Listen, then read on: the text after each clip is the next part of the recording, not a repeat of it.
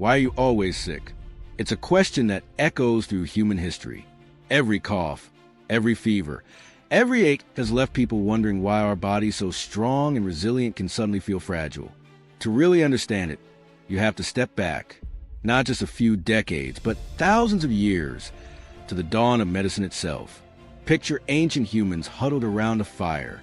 One of them burns with fever, eyes glazed. They don't know what germs are. They don't know about immune systems. But they sense something invisible, something powerful at work. To them, sickness feels like an attack by unseen spirits. Their solutions? Charms, herbs, rituals.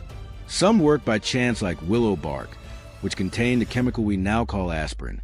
Others were symbolic, meant to drive away evil. Yet in their confusion, they stumbled upon truths that still matter today.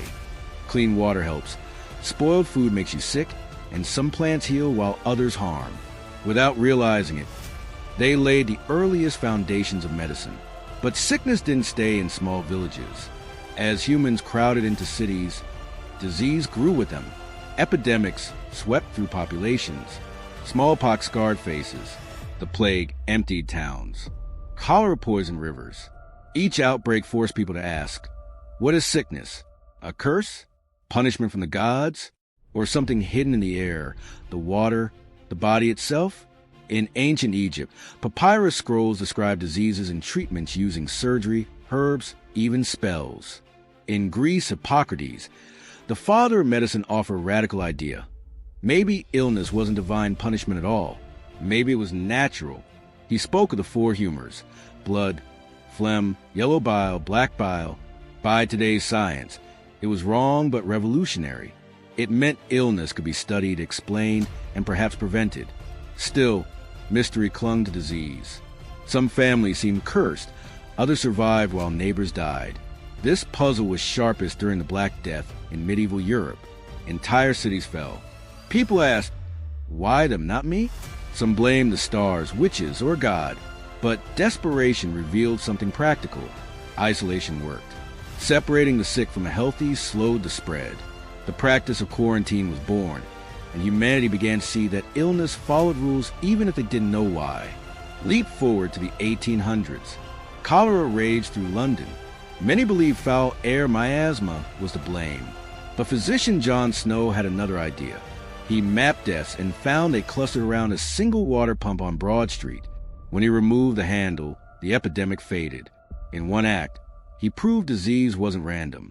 It had causes, patterns, and weak points that could be broken. From then on, medicine transformed. Germs were real. Hygiene mattered. Vaccines worked. And yet, even today, people still ask, why am I always sick? The answer, it turns out, is layered. Because your body isn't just fighting one enemy. It's a fortress under siege from every direction. Think of your immune system as an army. Soldiers patrol your bloodstream, always alert. Most of the time, they fight and win without you noticing. But sometimes the enemy slips through. Sometimes the soldiers grow tired. Stress, poor sleep, and poor diet all weaken your defenses. That's why you catch a cold after exams, or during a brutal week at work. Your immune army is stretched too thin. And sometimes sickness doesn't even come from outside. Sometimes the army turns on itself as an autoimmune disease. Other times, the invader never leaves. The chickenpox virus, for example, can hide in your nerves for decades, only to return years later as shingles. You never truly defeat it. It just waits. But why are humans so vulnerable compared to other creatures? Sharks rarely get cancer. Tortoises live centuries without major illnesses. Why not us? The answer lies in evolution's compromises. Our bodies weren't designed for perfection, only to survive long enough to reproduce. A strong immune system might protect us from infection, but increase autoimmunity. Longer lives allow wisdom, but also give cancer time to grow. Every strength has a weakness. And sickness isn't only about biology, it's also about society. For centuries, poverty has been the greatest predictor of illness. Crowded housing, poor sanitation, limited access to food and medicine create the perfect breeding ground for disease. True in ancient Rome, true in Victorian London and true in modern cities today. Sickness isn't just about germs, it's about inequality. Then there's genetics. Your DNA can protect you or betray you. During malaria outbreaks, people with sickle cell trait had better odds of survival.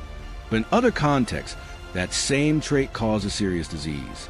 The shield of one generation becomes a burden of the next. And don't forget the hidden universe inside you, your microbiome. Trillions of bacteria, viruses, and fungi live in your gut, on your skin, in your lungs. Most aren't enemies at all. They digest food, train your immune system, and even produce vitamins. You are not just a person, you're an ecosystem. But disturb that ecosystem with antibiotics, poor diet, or chronic stress, and your allies can turn against you. Scientists now believe allergies, asthma, even some mental health conditions may be tied to these hidden companions. Even emotions play their part. Loneliness doesn't look like a disease, but it can weaken your immunity as surely as hunger or fatigue. Studies show isolated people catch more colds, recover slower, and often live shorter lives. It's as though the body reads loneliness as danger, diverting energy away from immunity. Love, friendship, and laughter aren't just comforts, they're medicine. So why are you always sick? Because your health sits at the crossroads of biology, society, history, and even emotion. Every sneeze, every fever, every ache is part of a much bigger story. One that began with our ancestors and will continue long after us. And here's the twist. Sickness isn't only the enemy, it's also the teacher. Without illness, there will be no medicine, no vaccines, no science. The plague gave us quarantine. Cholera gave us sanitation. Smallpox gave us vaccines. COVID-19 accelerated genetic research and global cooperation. Again and again, sickness forces us to adapt, innovate, and survive. But the lesson is unfinished. Microbes are still evolving. New threats emerge. Viruses locked in Arctic ice, bacteria resistant to every antibiotic, fungi spreading as the climate warms.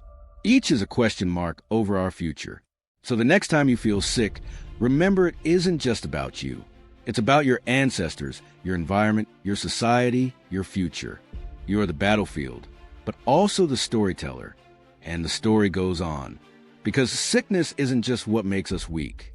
It's what pushes us to become stronger. Thank you for watching. Don't forget to like and subscribe for more.